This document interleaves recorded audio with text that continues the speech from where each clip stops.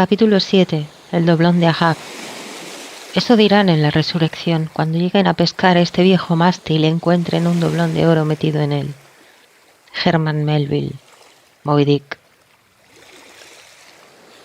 Cuando el camarero del bar-restaurante Terraza puso la cerveza sobre la mesa, Horacio Quiscoro se la llevó a los labios y dio un prudente sorbo, mirando de reojo a Coy.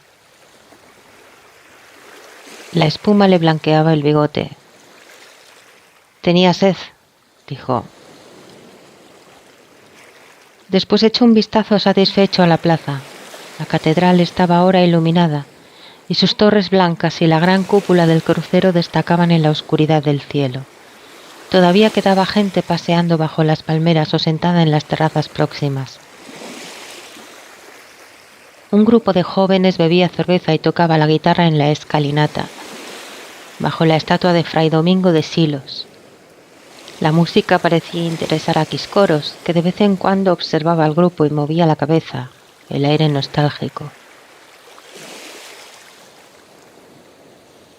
«Una noche magnífica», añadió. Coy conocía su nombre desde hacía solo un cuarto de hora, y resultaba difícil creer que estuviesen allí sentados los tres, bebiendo como viejos amigos.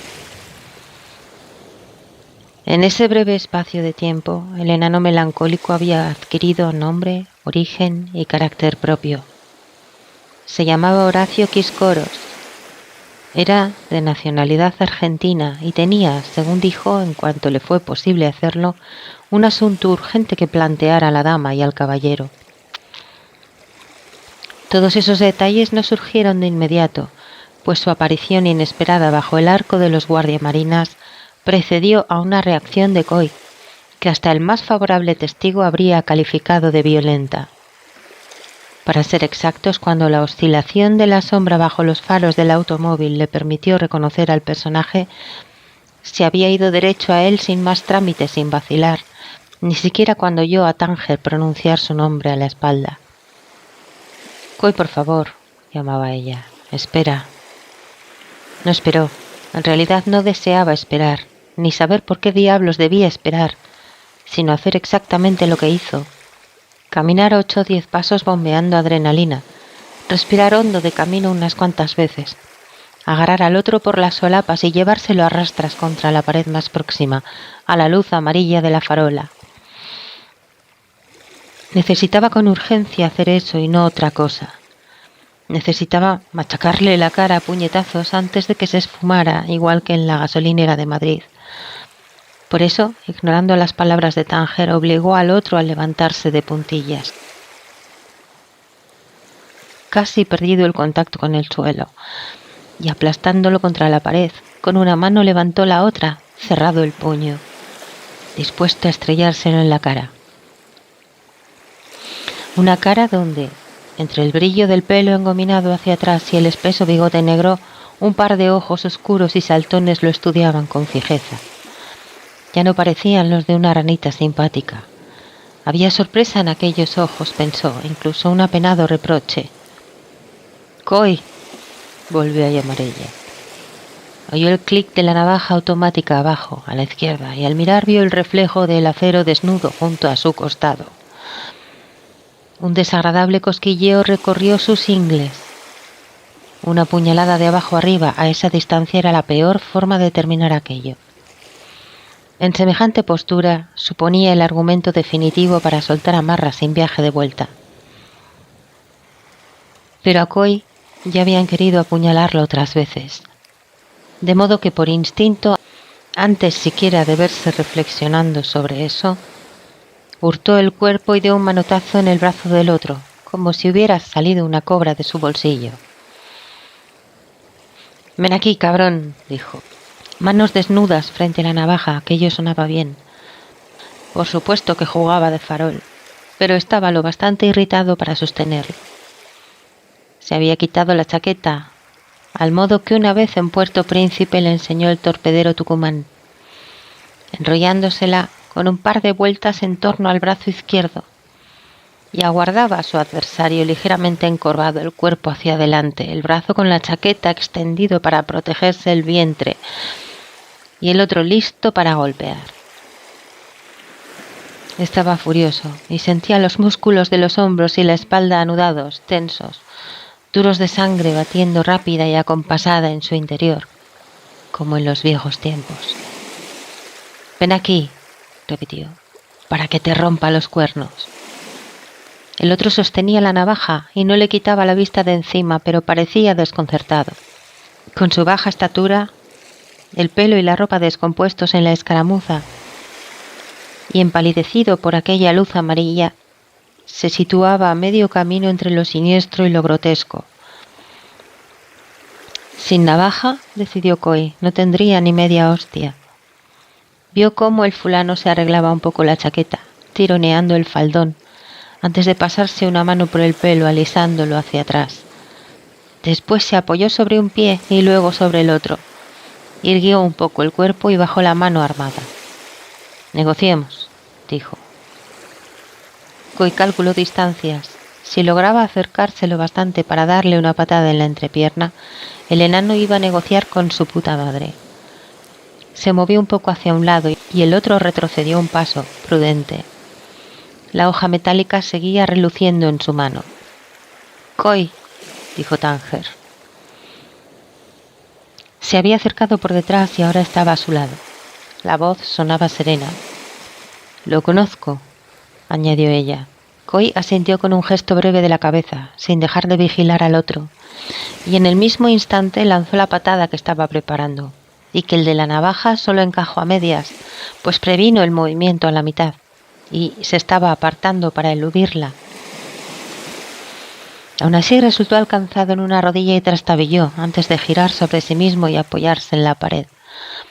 Entonces Coy aprovechó para ir sobre él, primero con el brazo envuelto en la chaqueta por delante, luego con un puñetazo que alcanzó al adversario en la base del cuello, haciéndolo caer de rodillas. «¡Coy!». El grito aumentó su cólera. Tánger quiso agarrarlo por un brazo y él se sacudió violento. «Al carajo, alguien tenía que pagar y aquel tipo era la persona adecuada». Después ella podría dar cuantas explicaciones quisiera, unas explicaciones que no estaba seguro de querer oír. Mientras luchara, no habría oportunidad de palabras, así que le tiró una segunda patada al fulano, pero el otro se revolvió en un palmo de terreno. Y Coy sintió la navaja rozarle como un rayo el brazo envuelto en la chaqueta. Había infravalorado al enano, comprendió de pronto, era rápido el tío, muy peligroso. De modo que retrocedió 2 pasos y se tomó un respiro, considerando la situación. «Tranquilo, marinero. Serénate, o ni siquiera el bote de espinacas te sacará de esta. No importa la estatura, cualquier tipo, por bajito que sea, es bastante alto para seccionar una arteria». Y además en cierta ocasión había visto a un enano de verdad, un auténtico escocés, enganchado con los dientes a la oreja de un estibador enorme que corría dando alaridos por el muelle de Aberdeen, sin podérselo quitar de encima, como si fuera una garrapata. «Así que mucho tiento», se dijo. «No hay enemigo pequeño ni puñalada que no joda». Respiraba sofocado y entre inhalación y exhalación escuchaba el resuello agitado del otro. Entonces lo vio alzar la navaja, como para mostrársela, y levantar también despacio la zurda, la palma abierta, el gesto conciliador. «Traigo un mensaje», dijo el enano. «Pues te lo puedes meter en el ojete». El otro movió un poco la cabeza. «No me has entendido bien», decía el gesto. «Un mensaje del señor Palermo». Así que era eso. Reunión de viejos conocidos. El club social de los buscadores de naufragios al completo. Aquello explicaba unas cuantas cosas y oscurecía otras. Inspiró aire 1, 2 veces y dio un paso hacia su adversario, el puño otra vez listo para golpear. «¡Coy!». De pronto Tánger se interponía, cerrándole el paso, y lo miraba con fijeza. Estaba muy seria, dura y firme como no la había visto nunca. Coy abrió la boca para protestar, pero se quedó así, contemplándola estúpidamente. Abrumado de pronto, indeciso, porque ella le tocaba la cara como quien intenta tranquilizar a un animal furioso o a un niño fuera de sí. Y por encima del hombro de la mujer, tras las puntas doradas de su cabello, vio que el enano melancólico cerraba la navaja. Coy no tocó su cerveza. Con la chaqueta sobre los hombros, las manos en los bolsillos y recostado en el respaldo de la silla, miraba beber al hombre sentado frente a él. Tenía mucha sed, repitió el otro. En el camino desde el callejón hasta la plaza, después que Tánger hubiera sujetado a Coy hasta lograr serenarlo y él terminase por acceder mecánicamente, con la sensación de estar moviéndose en una niebla irreal, el enano melancólico se había alisado de nuevo el pelo y retocado la indumentaria. Aparte de un leve desgarro en el bolsillo superior de la americana, que había descubierto con ojos doloridos y una mueca acusadora, volvía a tener una apariencia respetable, siempre algo excéntrica, con aquel aspecto meridional y estrafalariamente inglés. Traigo una propuesta del señor Palermo, una propuesta razonable. Su acento porteño era tan intenso que parecía adrede. Horacio Quiscoros, a su servicio. Esto último subrayado con una leve inclinación de cabeza, en un tono cortés desprovisto de ironía, cuando él y Coy estaban recobrando aliento tras la refriega. Se expresaba en el español concienzudo y algo anacrónico hablado por ciertos hispanoamericanos, con palabras que a este lado del Atlántico hacía tiempo que estaban fuera de uso. Utilizaba mucho señor, y disculpe, y sería tan amable de...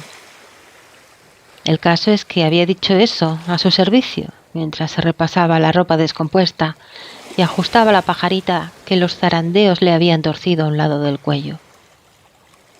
Bajo la americana llevaba unos curiosos tirantes con franjas verticales, 2 azules a los lados y una blanca en el centro. El señor Palermo quiere llegar a un acuerdo. Coy se volvió a Tánger. Había caminado con ellos callada todo el tiempo y ahora seguía sin pronunciar palabra. Evitaba, comprobó él, mirarlo a la cara que solo unos minutos antes le había tocado por primera vez, quizá para no verse obligada a dar explicaciones ineludibles.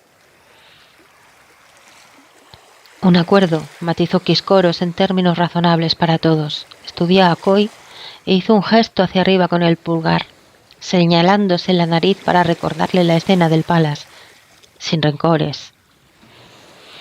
No hay ninguna razón para acordar nada con nadie. Ella había hablado por fin, tan fría, observó Coy, como si la voz se le filtrara entre cubitos de hielo. Miraba directamente a los ojos saltones y tristes de Quiscoros, con la mano derecha apoyada en la mesa. El reloj de acero daba una insólita apariencia masculina a los dedos largos de uñas irregulares y cortas. Él no lo cree así, respondió el argentino. Dispone de recursos de los que ustedes carecen. Medios técnicos, experiencia, plata. Un camarero trajo una fuente con calamares a la romana y huevas de pescado fritas, y el enano melancólico le dio las gracias con mucha educación. Bastante plata, repitió, comprobando el contenido de la fuente con interés. ¿Y qué espera a cambio? Quiscoros había cogido un tenedor y pinchaba delicadamente un aro de calamar. Usted ha investigado mucho. Masticó el bocado con deleite hasta que dejó de tener la boca llena. Posee datos valiosos, ¿verdad? Detalles que el señor Palermo no ubica del todo. Eso le ha hecho pensar que una asociación sería bien piola para ambas partes. No me fío de él, dijo Tánger. Tampoco él se fía de usted. Podrán combinarse. Ni siquiera sabe qué estoy buscando. Quiscoros parecía tener apetito. Había probado suerte con las huevas y ahora volvía a los calamares entre sorbo y sorbo de cerveza. Se volvió un instante a medias, escuchando la música de guitarra que venía de la escalinata de la catedral, y después sonrió, complacido. Quizá conozca más de lo que cree, dijo, pero esos detalles deben discutirlos con él. Yo solo soy un mensajero, como usted sabe. Coy, que hasta entonces no había abierto la boca, se dirigió a Tánger. ¿Desde cuándo conoces a este tío? Ella tardó 3 segundos exactos en volver el rostro hacia él. La mano sobre la mesa había cerrado los dedos. La retiró despacio, llevándola al regazo sobre la falda. Desde hace tiempo, dijo con mucha calma. La primera vez que Palermo me amenazó, él lo acompañaba. Es cierto, confirmó Quiscoros. Lo ha estado usando para presionarme. Eso también es cierto. Coy hizo caso omiso del argentino. Seguía pendiente de ella. ¿Por qué no me lo dijiste? El suspiro de Tánger apenas fue audible. Tú aceptaste jugar según mis reglas. ¿Qué otras cosas no me has dicho? Ella contempló la mesa y luego la plaza. Por fin se volvió de nuevo hacia Quiscoros. ¿Qué propone Palermo? ¿Una entrevista? Una entrevista. El argentino observó a Coy antes de proseguir, y éste creyó detectar un toque burlón en sus ojos de rana. Negociar, en los términos que usted considere adecuados. Él se encuentra estos días en su oficina de Gibraltar. Sacó del bolsillo una tarjeta, alargándosela por encima de la mesa. Pueden ubicarlo allí. Coy se levantó. Dejó la chaqueta colgada del respaldo y sin volverse al uno ni a la otra, anduvo por la plaza, en dirección a la escalinata de la catedral. Le ardía el cerebro y crispaba encolerizado los puños en los bolsillos.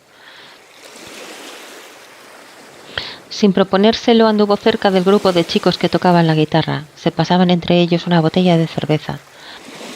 Había 2 jovencitas y 4 muchachos con aspecto de estudiantes. El de la guitarra era flaco y guapo, flamenco, con un cigarrillo consumiéndosele en un extremo de la boca. Una de las chicas seguía el compás de la música con movimientos de cintura, apoyada en su hombro. La otra se fijó en Coy, sonriéndole. Los demás lo observaron con recelo cuando ella le pasó la botella. Bebió un trago, dio las gracias y se quedó allí cerca, secándose la boca con el dorso de la mano, sentado en un peldaño de la escalinata, escuchando la música. El guitarrista era torpe, pero la melodía sonaba bien a aquellas horas de la noche, en la plaza medio vacía, con las palmeras y la catedral iluminadas sobre sus cabezas. Miró el suelo. Tánger y Quiscoros habían dejado la mesa del bar y se acercaban. Ella traía en los brazos doblada la chaqueta de Coy. Menuda mierda, pensó él. Estoy metido hasta el cuello en esta mierda. Bonita ciudad, dijo Quiscoros, observando a los jóvenes con una sonrisa. Me recuerda a Buenos Aires. Tánger estaba callada, en pie, junto a Coy. Este no se levantó. Creo que es usted marino, ¿verdad? Prosiguió el otro. Yo también lo fui. Armada Argentina. Suboficial retirado Horacio Quiscoros fruncía el ceño con nostalgia, como atento a un sonido lejano y familiar que se le escapase. También estuve en Malvinas con los buzos tácticos. ¿Y qué coño haces tan lejos? Los ojos saltones intensificaron su melancolía. El tipo se había metido una mano en el bolsillo del pantalón mostrando un poco los tirantes y de pronto Coy comprendió lo que significaban aquellas franjas azules y blancas, la bandera argentina. Aquel hijo de puta llevaba unos tirantes con la bandera argentina. Algunas cosas cambiaron en la patria. Se había sentado junto a Coy, en el mismo peldaño de la escalinata. Antes de hacerlo retiró un poco hacia arriba las rodilleras del pantalón con mucho cuidado, para no abolsar la raya. ¿Oyó hablar de la guerra sucia? Coy hizo una mueca sarcástica. Claro, los tupamaros y todo eso. Los montoneros, Quiscoros puntualizaba alzando un dedo. Los tupamaros eran en Uruguay. Lo oyó suspirar, evocador. Imposible establecer si lamentaba o añoraba aquello. El caso, añadió al cabo de un momento, es que había una guerra en la Argentina, aunque no fuese oficial, ¿comprende? Yo cumplí con mi laburo, y eso hay quien no lo admite. A mí que me cuentas, dijo Coy. Quiscoros no parecía desanimarse por la actitud de su interlocutor. Me vi obligado a viajar, prosiguió. Ya dije que tenía currículo como buzo. Conocí al señor Palermo durante los trabajos del rescate del Agamenón, el barco de Nelson que se hundió en el Plata. Coy se volvió con dureza. Tu vida me importa un huevo. Los ojos de Ranita parpadearon dolidos. Bueno, señor, recién hace un rato en aquel callejón estuve a punto de matarlo a usted. Creí que... Anda y que te follen. Quiscoros se quedó callado, rumiando la grosería. Coy se puso en pie. Tánger estaba frente a él, observándolo. Mató a Zas, dijo ella. Hubo un largo silencio mientras Coy evocaba en su brazo el aliento cálido del labrador. Entrevió, apenas había transcurrido una semana, su trufa húmeda y su mirada fiel. Después se interpuso, sombría, la imagen del perro inmóvil sobre la alfombra, los ojos vidriosos y entreabiertos. Aquello lo hizo removerse por dentro. Sintió una extraña congoja y oteó alrededor, incómodo, las luces de la catedral y las farolas encendidas. A su lado, las notas de guitarra parecían deslizarse por los peldaños de la escalinata. La jovencita que antes había sonreído besaba a uno de los chicos. Otro puso la botella de cerveza en el suelo. Pues sí. Quiscoro se levantaba también, sacudiéndose los pantalones. Y crea que lo lamento, señor. Aprecio, se lo aseguro, aprecio a los animales domésticos. Incluso tuve un Doberman. Sobrevino más silencio. El argentino puso cara de circunstancia. A mi modo, insistió, sigo siendo un milico, ¿comprenden? Tenía órdenes. Y eso incluía la casa de la señora. Componía un rictus triste, en plan hágase cargo y todo eso. Mendieta, dijo de pronto. Mi perro se llamaba Mendieta. Mientras tanto, Coy le echaba un vistazo a la botella que seguía cerca de sus pies en la escalinata. Por un segundo se vio calculando las posibilidades de rompérsela al otro en la cara. Al levantar la vista encontró los ojos melancólicos del argentino. «Es usted impulsivo, me parece», dijo Quiscoros en tono amable. «Eso trae problemas. La señora, en cambio, parece más dulce de carácter. De cualquier manera, no es bueno que una dama ande en estos quilombos». Recuerdo un caso en Buenos Aires. Una montonera mató a 2 de mis compañeros cuando fuimos a buscarla. Esa mina se defendió como una loba y solo pudimos ultimarla tirándole granadas. Luego resultó que tenía un bebito oculto bajo el colchón de la cama. Hizo una pausa y chasqueó la lengua evocador. Bajo el bigote porteño apuntaba una mueca que tal vez fuera una sonrisa. «Hay mujeres y hombres», se lo aseguro, prosiguió, aunque luego en la ESMA se ablandaban mucho. Ya sabe a qué me refiero. Analizó a Coy con atención. No, creo que no lo sabe. Regio. Tal vez mejor así. Los ojos de Coy se encontraron con los de Tánger, pero los de ella miraban sin ver, igual que si acabaran de contemplar horrores remotos. Al cabo de unos instantes parecieron enfocar la realidad, volviendo en sí. Y en ellos quedó un vacío oscuro. La vio apretar contra el pecho su chaqueta como si de pronto sintiera frío. La ESMA, dijo ella, era la Escuela de Mecánica de la Armada, el centro de tortura de la Marina durante la dictadura militar. Sí, concedió Quiscoros, oteando alrededor con aire distraído. Me temo que algunos giles lo llaman de ese modo. La batería de Schliemann había introducido suavemente Man in Love, y Eddie Heywood entraba ya al piano como primer solo. De pie, el torso desnudo y apoyado en la ventana abierta de su habitación del Hotel de Francia y París, Coy adelantaba en su mente los compases de la melodía. Llevaba puestos los auriculares y movía un poco la cabeza al confirmar un pasaje esperado y grato.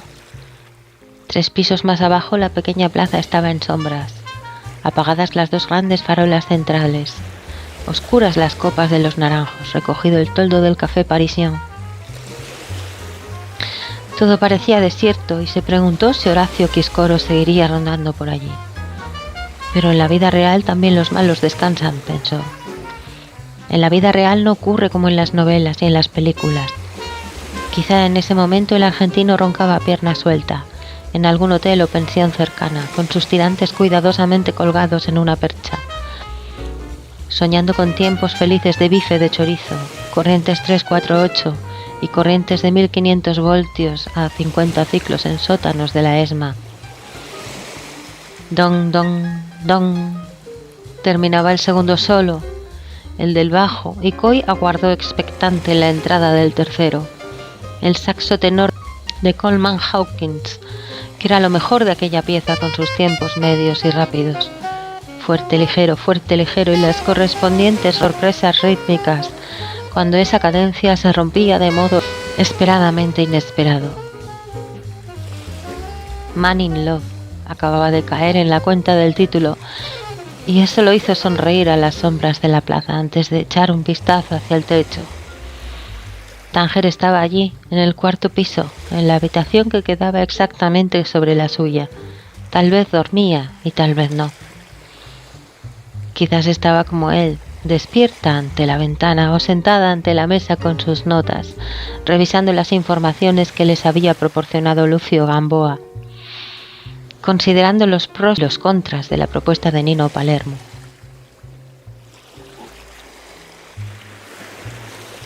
Habían hablado antes, lo hicieron largamente después de que Horacio Quiscoros los despidiera con un hasta la vista, que habría sonado amistoso en quien desconociese la parte de sus antecedentes que ahora conocía Coy.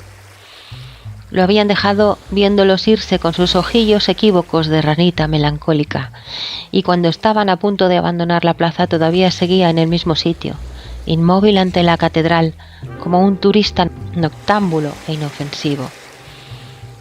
Coy se había puesto a mirar atrás y luego alzó el rostro para leer el rótulo de la calle por la que se encaminaban.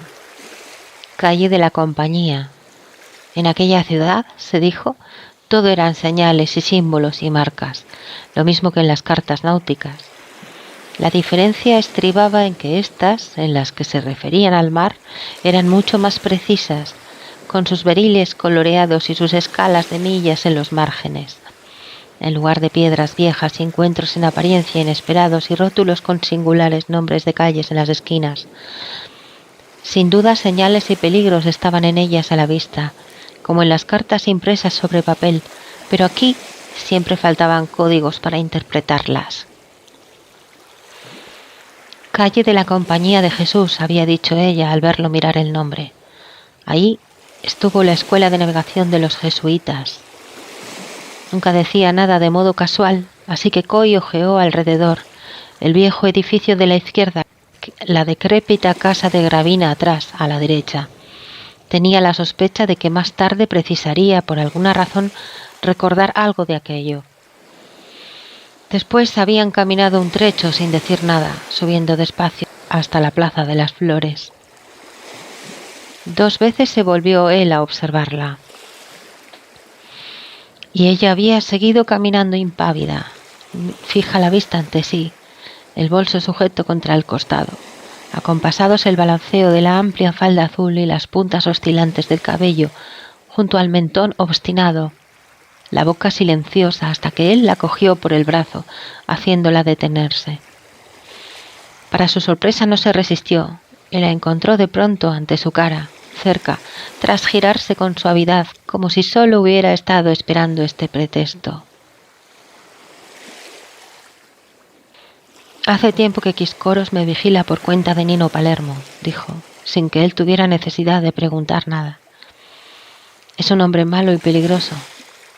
Calló un instante como preguntándose si había algo más que decir.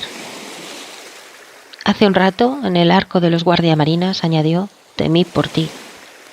Lo dijo escueta y seca, sin emoción, y tras decir aquello se quedó otra vez callada, mirando sobre el hombro de Coy en dirección a la plaza.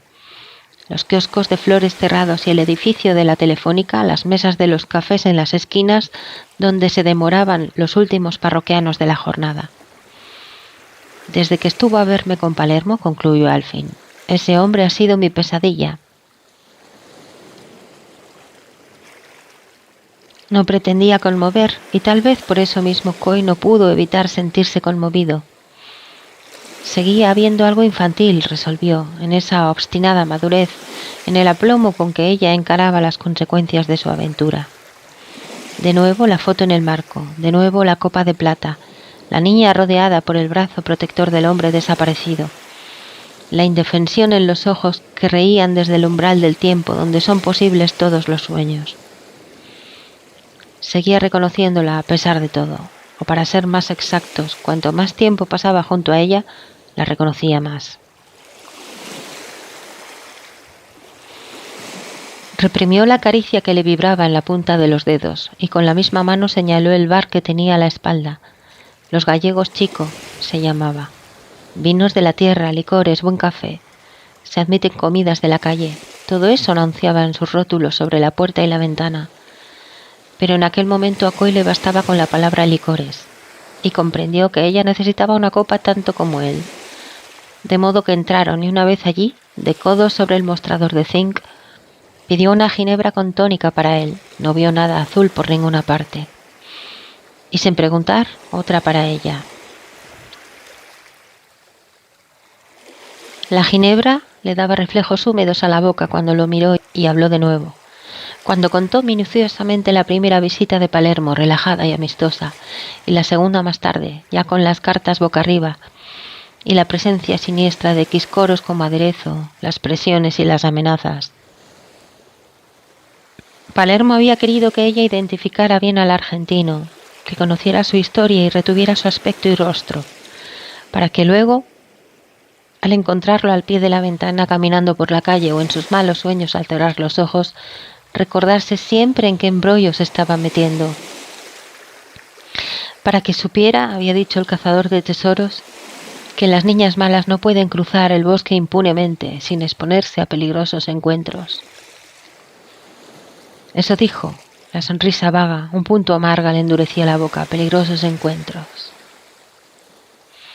En ese momento Coy, que escuchaba y bebía en silencio, la interrumpió para preguntar por qué no había ido a la policía. Entonces ella rió bajo, con una risa sorda, suavemente ronca, tan llena de desdén como vacía de humor. En realidad, dijo, yo sí, soy una chica mala. Intenté engañar a Palermo y respecto al museo actúo por mi cuenta.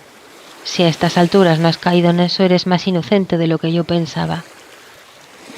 No soy inocente, había dicho él, incómodo, haciendo girar el vaso frío entre los dedos.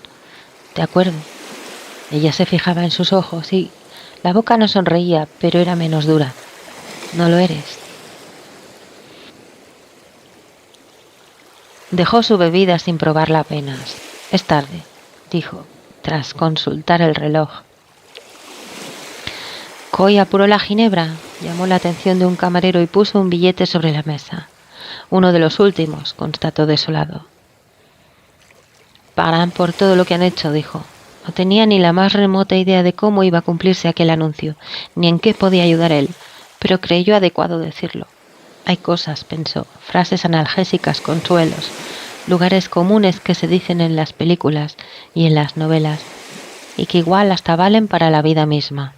Dirigió una ojeada inquieta de soslayo, temiendo verla burlarse, pero ella mantenía la cabeza inclinada a un lado, absorta en sus propias reflexiones.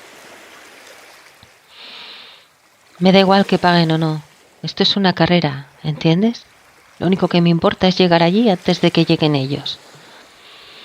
El saxo estaba a punto de entrar, y Tánger era como el jazz, decidió Coy. Melodía base y variantes inesperadas. Evolucionaba todo el tiempo en torno a una aparente idea fija, como una estructura de temas A-A-B-A. Pero seguir de cerca esas evoluciones requería una atención constante que no excluía en absoluto la sorpresa. De pronto sonaba A-A-B-A-C-B-A y entraba un tema secundario que nadie habría imaginado allí. No quedaba otro modo de seguirla que la improvisación.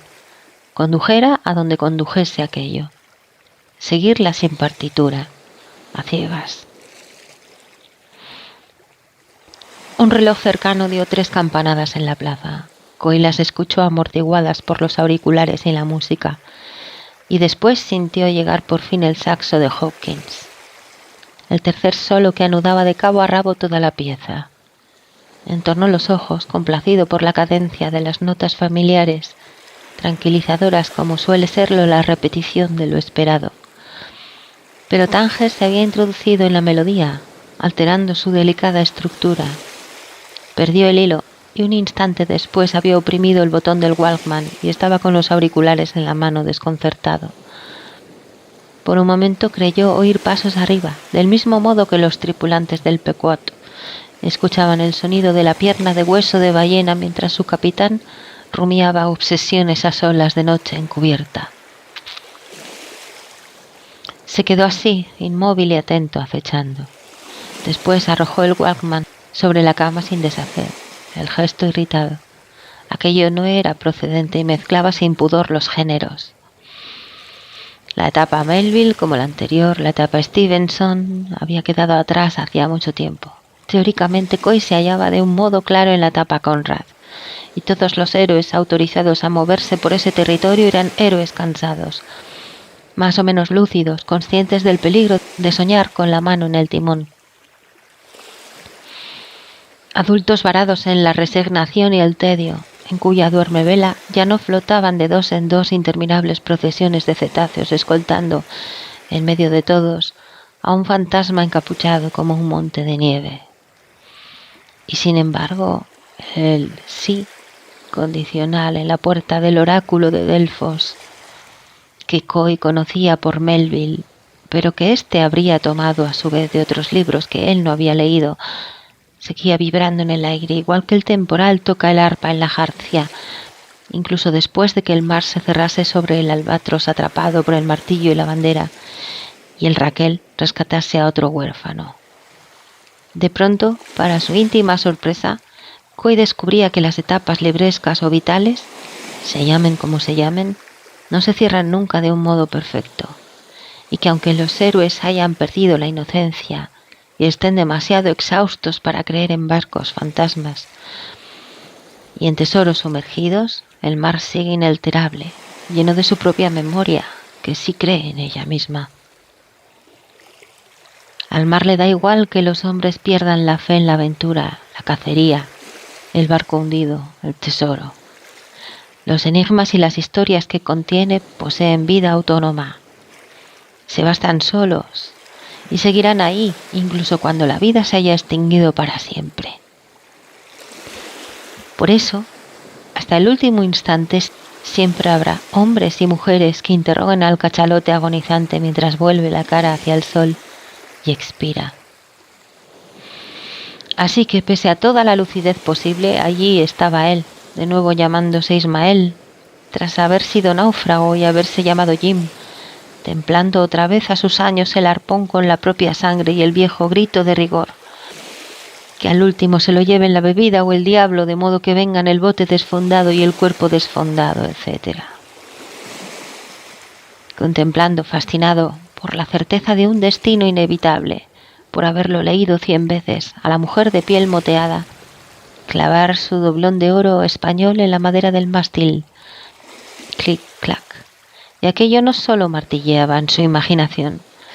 Se había aproximado otra vez a la ventana en busca de la brisa del mar cercano y al oír el ruido volvió a mirar al techo. Ahora sí creía sentir pasos inquietos arriba en cubierta. Clic, clac, clic, clac. Por lo visto tampoco ella descansaba, a la caza de sus propios fantasmas blancos, carrozas fúnebres con viejos hierros retorcidos en el lomo.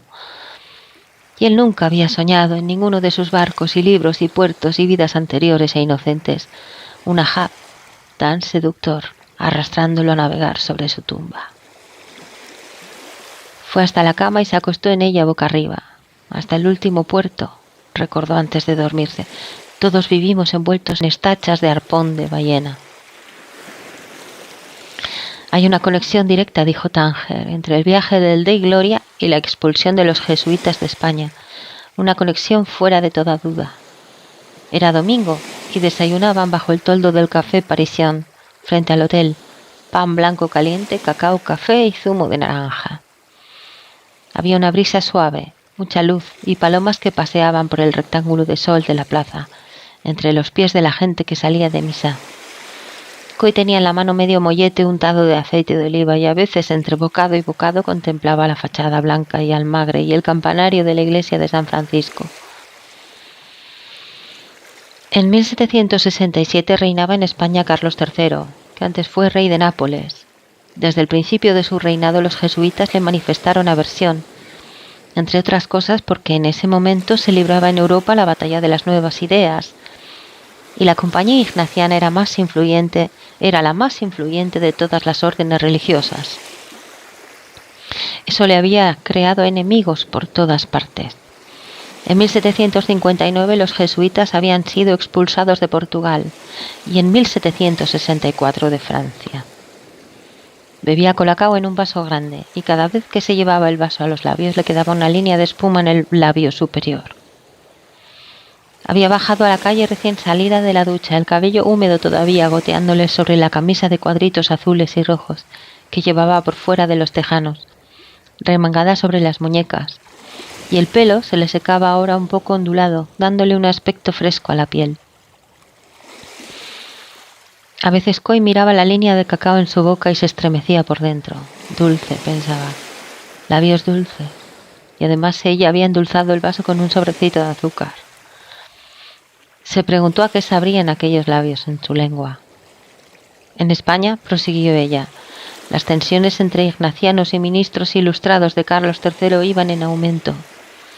El cuarto voto de obediencia al Papa situaba a la Compañía en el centro de la polémica entre el poder religioso y el de los reyes. También se le acusaba de manejar mucho dinero e influir demasiado en la enseñanza universitaria y en la administración. Además, estaba reciente el conflicto de las misiones de Paraguay y la guerra guaraní. Se inclinó hacia Coy sobre la mesa, el vaso entre los dedos. ¿Viste aquella película de Roland Hoff, La misión? Los jesuitas haciendo causa común con los indígenas. Coy se acordaba vagamente de la película, una cinta de vídeo a bordo, de esas que uno terminaba viendo 3 o 4 veces, a trozos, durante una travesía larga. Robert De Niro creía recordar, y tal vez Jeremy Irons. Ni siquiera había retenido el hecho de que fueran jesuitas. Todo eso, añadió Tánger, había sentado a los ignacianos españoles sobre un barril de pólvora, y solo faltaba que alguien encendiera la mecha. No había rastro de Horacio Quiscoros, comprobó Coy echando un vistazo alrededor. En la mesa contigua se sentaba un matrimonio joven, turistas con 2 niños rubios, y el mapa desplegado y la cámara de fotos. Los críos jugaban con tirachinas de plástico, parecidos a los que en su infancia, al escaparse del colegio para vagar entre los muelles, él mismo había fabricado con materiales de fortuna. Un trozo de madera en V, tiras de neumáticos viejos, un retal de cuero y un palmo de alambre. Ahora, pensó con nostalgia, esos chismes se vendían en las tiendas y costaban una pasta. La mecha, seguía contando Tánger, fue el motín de Esquilache. Aunque no se ha aprobado la intervención directa de los jesuitas en la Algarada, lo cierto es que por esa misma época intentaban boicotear a los ministros ilustrados de Carlos III.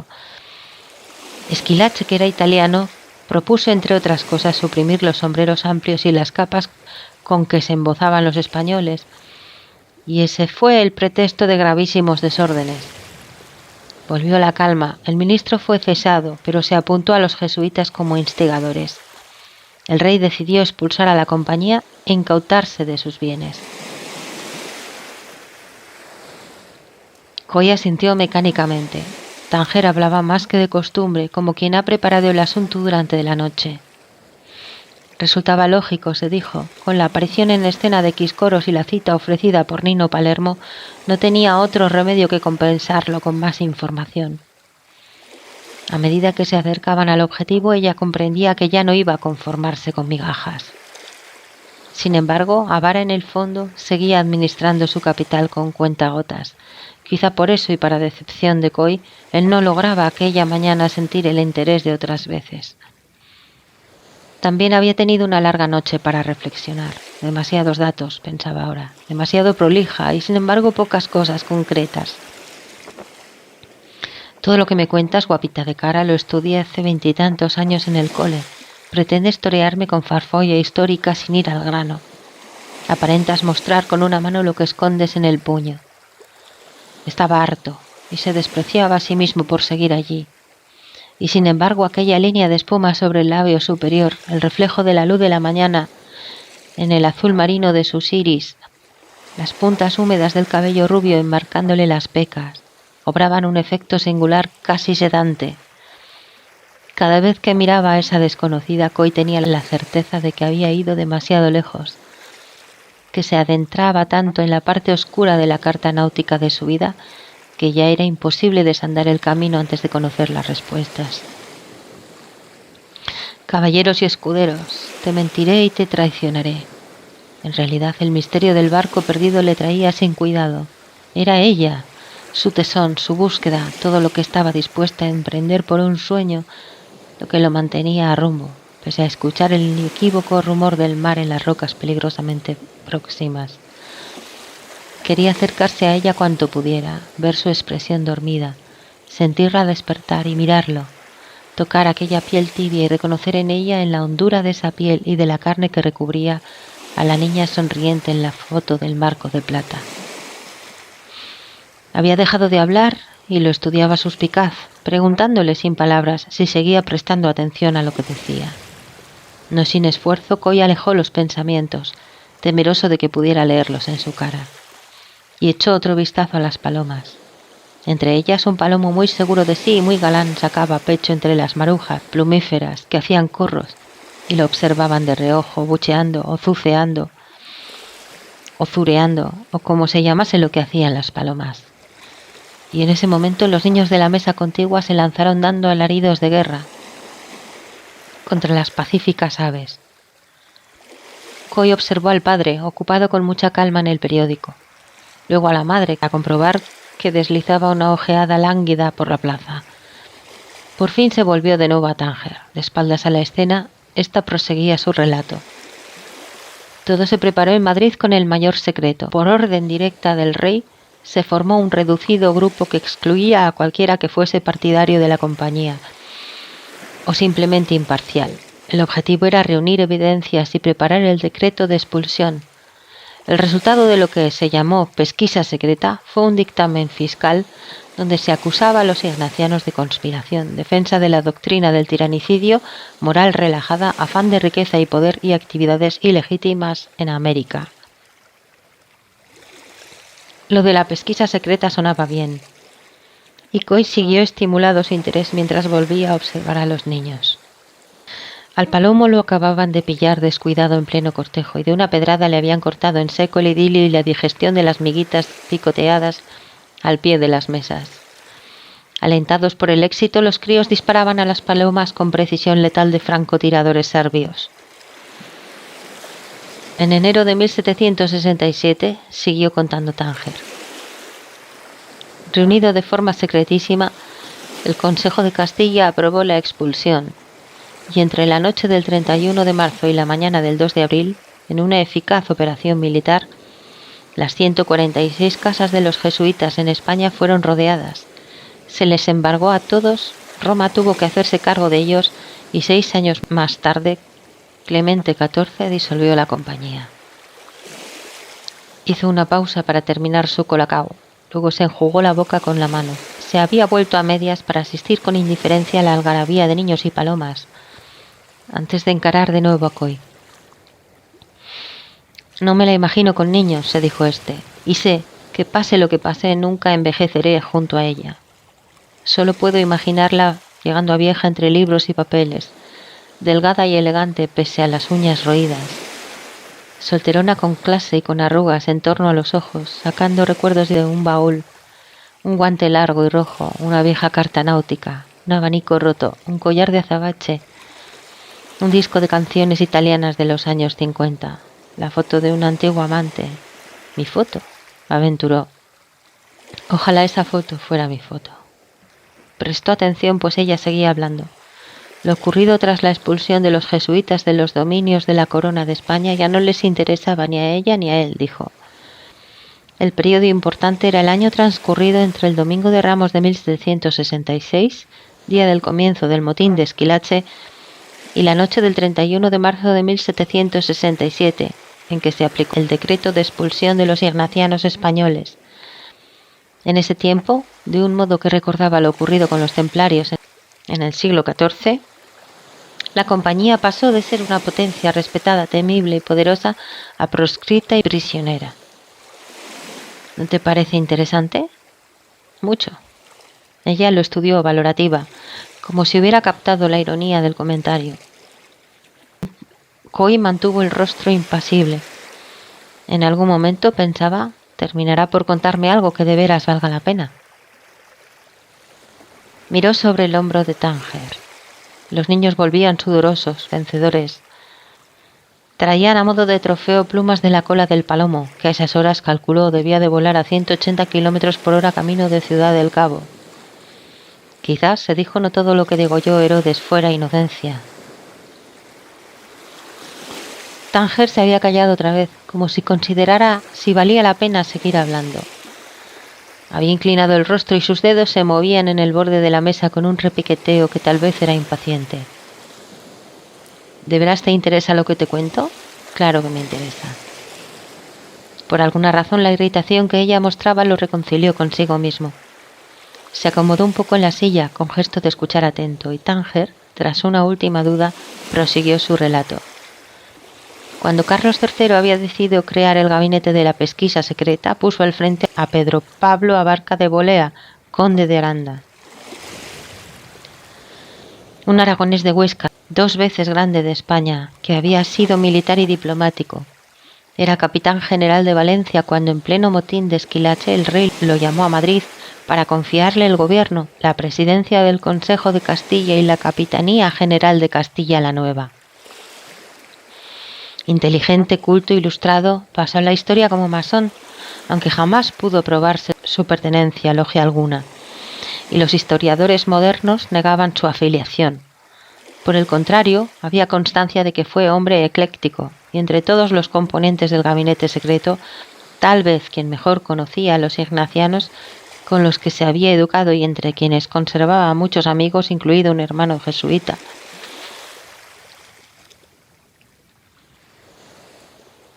Comparado con furibundos antijesuitas como el fiscal Campomanes, el ministro de Justicia Roda y José Moñino, futuro conde de Floridablanca, Aranda podía calificarse de moderado en su actitud frente a la compañía, pero aún así aceptó dirigir el gabinete y refrendar sus conclusiones. La pesquisa se inició en Madrid el 8 de junio de 1766, presidida por Aranda. Lo acompañaban Roda, Moñino y otros antijesuitas seguros, o como se decía entonces, tomistas, para oponerlos a los proignacianos o amigos del Cuarto Voto, y la investigación se llevó a cabo con tal cautela que ni siquiera estuvo al corriente el confesor del rey. Sin embargo, prosiguió Tánger, había una conexión importante entre un hombre del gabinete secreto y un destacado ignaciano. Paradójicamente, uno de los mejores amigos del conde de Aranda era un jesuita murciano, el padre Nicolás Escobar. Sus relaciones se habían enfriado un poco, pero lo cierto es que hasta que Aranda dejó la capitanía general de Valencia, llamado por el rey, fueron íntimos. Aunque luego Aranda hizo destruir su correspondencia con el padre Escobar, se conservan algunas cartas que prueban esta relación. ¿Has visto estas cartas? Sí. Hay 3, y están en la biblioteca de la Universidad de Murcia, firmadas de puño y letra por Aranda. Conseguí copias gracias al catedrático de cartografía Néstor Perona, cuando lo consulté por teléfono sobre las correcciones que debíamos aplicar al Urrutia. Otro seducido, pensó Coy. Imaginaba el efecto de Tánger, incluso vía teléfono, en un catedrático de lo que fuera. Devastador. Debo reconocer que has trabajado a fondo. Nunca sabrás hasta qué punto. Por eso no estoy dispuesta a que nadie me lo quite de las manos. Aquello, admitió Coy, empezaba a mostrar indicios interesantes. La historia salía de los manuales, adentrándose en la letra pequeña.